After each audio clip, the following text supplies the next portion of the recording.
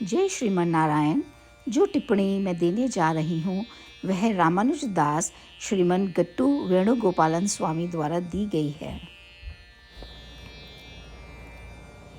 अध्याय 3 कर्म योग, श्लोक 15। कर्मा ब्रह्मोद्भवं विद्धि ब्रह्माक्षर समुद्भवम्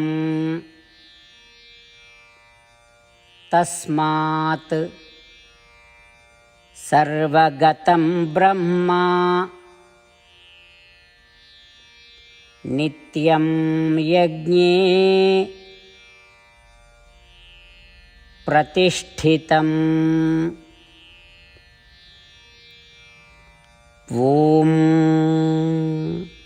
गीताचार्य श्री कृष्ण परमात्मा अर्जुन सहित हम सबको कर्म योग सिखा रहे हैं। परमात्मा कह रहे हैं, अर्जुन, मैंने पिछले श्लोक में कहा था वह यह कि गतिविधियां या कर्म यज्ञ उत्पन्न करते हैं।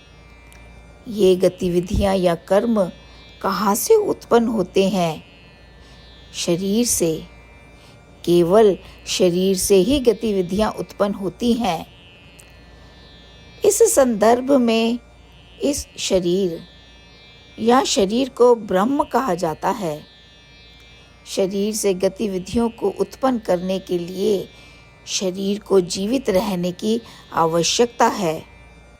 शरीर को जीवित रखने के लिए आत्मा को शरीर में विद्यमान होना चाहिए। जब आत्मा और शरीर एक दूसरे से जुड़े होते हैं तो उसे भूत या जीवित प्राणी के रूप में जाना जाता है।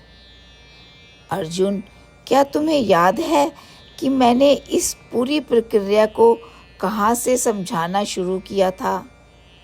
भूत से। अब फिर से हम भूत पर वापस आ जाते हैं। तो इसका मतलब है कि यह चक्र पूरा हो गया। चक्र की शुरुआत और अंत भूत से हुआ।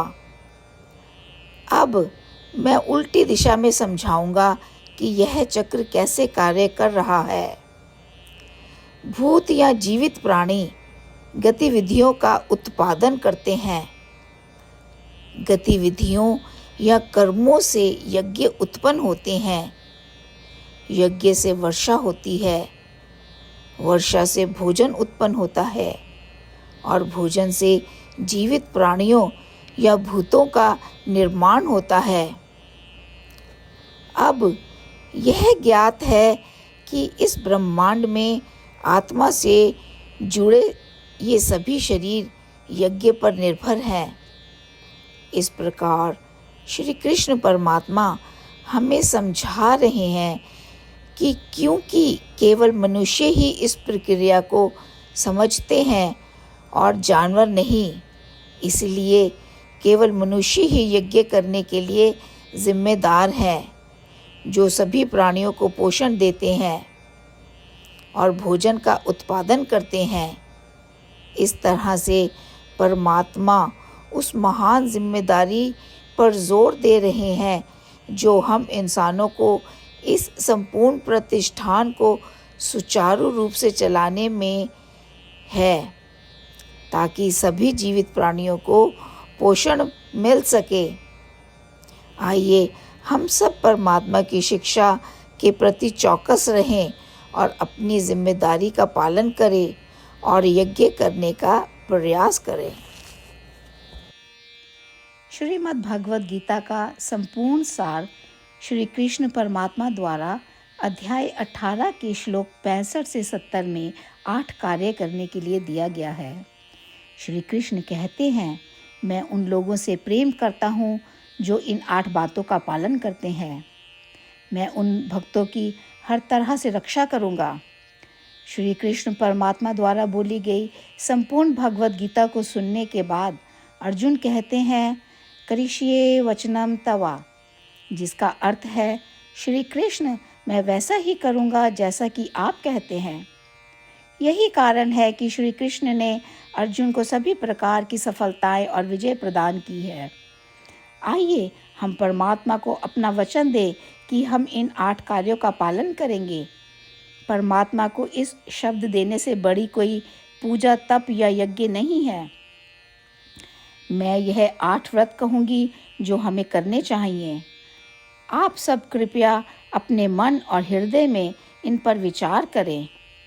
इस तरह से हम श्री कृष्ण को अपना वचन देते हुए हम सभी श्री कृष्ण के प्रसन्न भरे मुख की कल्पना करें और इस आनंद को महसूस करें। जय श्रीमान नारायण। ये है हमारे 8 वादे। हमारा पहला वादा, हे श्रीमान नारायण, जैसा कि आपने निर्देश दिया है, मैं हमेशा आपका ध्यान करूंगी और आपके बारे में सोचूंगी। हमारा दूसरा वादा, हे श्रीमान नारायण, जैसा आपने सलाह दी है, हमेशा आपका भक्त रहूंगी। हमारा तीसरा वादा, हे श्रीमान नारायण, मैं आपकी सेवा के रूप में और आपकी संतुष्टि के लिए अपने सभी कार्य करूंगी। हमारा चौथा वादा, हे श्रीमान नारायण, जैसा कि आपने अनुसरण करने के लिए कहा है, मुझे पूर्ण विश्वास है कि मैं आपकी हूँ और मैं हमेशा हाथ जोड़ूंगी और आपको नमस्कार करूंगी और आपकी पूजा करूंगी। हमारा पांचवा वादा, हे श्रीमान नारायण, मुझे आपके शब्द याद आते हैं, माम एकम शरणम व्रजा 1866, कि आपने आत्मसमर्पण करने के लिए कहा था। हे श्रीमान नारायण, मैं केवल आपकी शरण में जाती हूँ। हमारा छठा वादा, हे श्रीमान नारायण, मुझे आपके शब्द माँ शुचः 1866 याद है कि आप हमें शोक ना करने का आश्वासन दे रहे हैं। मैं अब और शोक नहीं करूँगी। हमारा सातवां वादा, हे श्रीमान नारायण, आपने हमारे लिए श्रीमद् भागवत गीता प्रदान करके हम सभी पर कृपा की है और आशीर्वाद दिया है। मैं प्रतिदिन कम से कम 1 श्लोक पढ़ने या सुनने का वादा करती हूँ। हमारा 8वां वादा, हे श्रीमान नारायण, आपने गीता को पूरी मानवता तक पहुँचाया। मैं गीता में आपके दिव्य शब्दों को उन भक्तों तक पहुँचाने की कोशिश करूँगी जो गीता से अपरिचित हैं।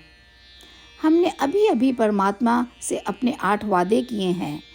श्रीमान नारायण को हर दिन यह वचन देना कि हम वही करेंगे जो वे स्वयं कहते हैं, अपने आप में एक महान पूजा है। आइए हम अपने अडिग विश्वास के साथ उन्हें अपना वादा दें। हे श्रीमान नारायण, जैसा आप कहते हैं मैं वैसा ही करूँगी, जैसा आप चाहते हैं मैं वैसा व्यवहार करूँगी और केवल आपके लिए काम करूँगी। श्रीमान नारायण करिष्ये वचनम तवा, जिसका अर्थ है, श्रीमान नारायण, मैं आपके निर्देशों के अनुसार कार्य करूँगी। सर्वम श्री कृष्णा अर्पणमस्तु। जय श्रीमान नारायण। कर्मा ब्रह्मोद्भवं विद्धि, ब्रह्माक्षर समुद्भवम्, तस्मात् सर्वगतं ब्रह्मा नित्यं यज्ञे प्रतिष्ठितम्। ॐ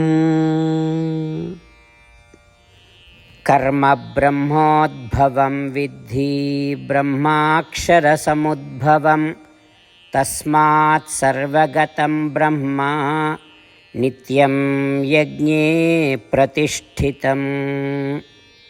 ॐ श्रीमन्नारायण करिष्ये वचनं तव। सर्वं श्रीकृष्णार्पणमस्तु। जय श्रीमन्नारायण।